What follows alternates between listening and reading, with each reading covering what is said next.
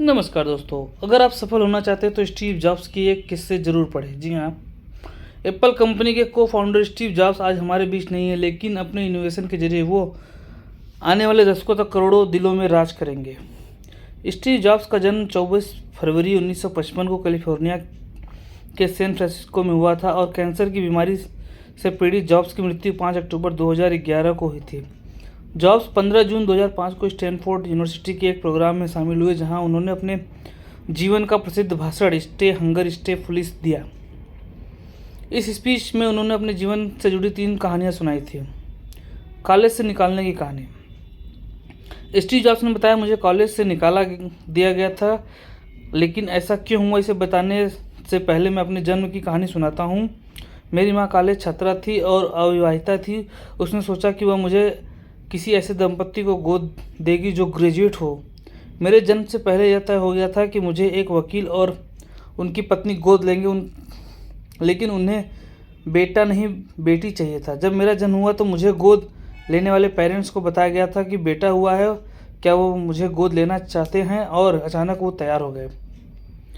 मेरी माँ को जब पता चला कि जो पेरेंट्स मुझे गोद ले रहे हैं वो ग्रेजुएट नहीं हैं, तो उन्होंने मुझे देने से मना कर दिया। कुछ महीनों बाद मेरी माँ ने उस समय नरम पड़ी जब उन्होंने मुझे गोद लेने वाले पेरेंट्स ने यह वादा किया कि वो मुझे कॉलेज भेजेंगे। 17 साल की उम्र में मुझे कॉलेज में दाखिला मिला। पढ़ाई के दौरान मुझे लगा कि मेरे माता पिता की सारी कमाई मेरी पढ़ाई में ही खर्च हो रही है।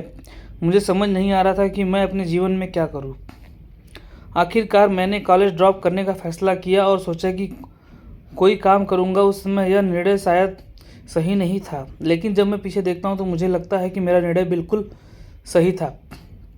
उस समय मेरे पास रहने के लिए कोई कमरा नहीं था, इसलिए मैं अपने दोस्त के कमरे में ज़मीन पर ही सो जाता था। मैं कोक की बॉटल्स बेचता था ताकि जो पैसा मिले उसे खाना खा सकूं। खाने के लिए मैं 7 मील चलकर कृष्ण मंदिर जाता था। रीड कॉलेज कैलीग्राफी के लिए दुनिया में मशहूर था। पूरे कैंपस में हाथ से बने हुए बहुत से खूबसूरत पोस्टर्स लगे थे। मैंने सोचा कि क्यों ना मैं भी कैलीग्राफी की पढ़ाई करूं। मैंने सेरिफ और सेरिफ टॉप पफेस सीखे। मैंने इसी टाइप फेस से अलग अलग शब्दों को जोड़कर टाइपोग्राफी तैयार की, जिसमें डॉट्स होते हैं। 10 साल बाद मैंने पहला मैकिन्टोश कंप्यूटर डिज़ाइन किया। खूबसूरत टाइपोग्राफी के साथ यह मेरा पहला कंप्यूटर डिज़ाइन था। मैं कॉलेज से नहीं निकलता और मैंने कैलीग्राफी नहीं सीखी होती तो मैं यह नहीं बन पाता। जीवन बदलने वाली दूसरी कहानी। मैं इस मामले में बहुत लकी रहा। मैंने जीवन में जो करना चाहा मैंने किया। वाजनिएक और मैंने मिलकर गैरेज में एक एप्पल की शुरुआत की थी। तब मेरी उम्र 20 साल थी। हमने खूब मेहनत की और 10 सालों में ही हम बहुत ऊपर पहुंच गए। एक गैरेज में 2 लोगों से हुई कंपनी 2 बिलियन लोगों तक पहुंच गई। इसमें 4000 कर्मचारी काम आने लगे। हमने अपने सबसे बेहतरीन क्रिएशन मैकिन्टोश कंप्यूटर को रिलीज़ किया। जैसे जैसे कंपनी आगे बढ़ी, हमने एक प्रतिभाशाली व्यक्ति को कंपनी के संभालने के लिए चुना। पहले साल तो कंपनी ने बहुत अच्छा काम किया, लेकिन भविष्य को लेकर हमारा जो विज़न था वो फेल हो गया। मैं जब 30 साल का था तो मुझे कंपनी से निकाल दिया गया। मुझे लगा कि मेरी ही कंपनी से मुझे कैसे निकाला जा सकता है। इसके बाद 5 सालों में मैंने कई कंपनी तैयार की, नेक्स्ट नाम की से, और इसके बाद एक और कंपनी पिक्सार नाम से। पिक्सार ने दुनिया की पहली computer animated feature film toy story बनाई। आज दुनिया इस स्टूडियो को दुनिया का बेहतरीन एनिमेशन स्टूडियो माना जाता है। इसके बाद एप्पल ने नेक्स्ट को खरीद लिया और मैं वापस एप्पल पहुंच गया।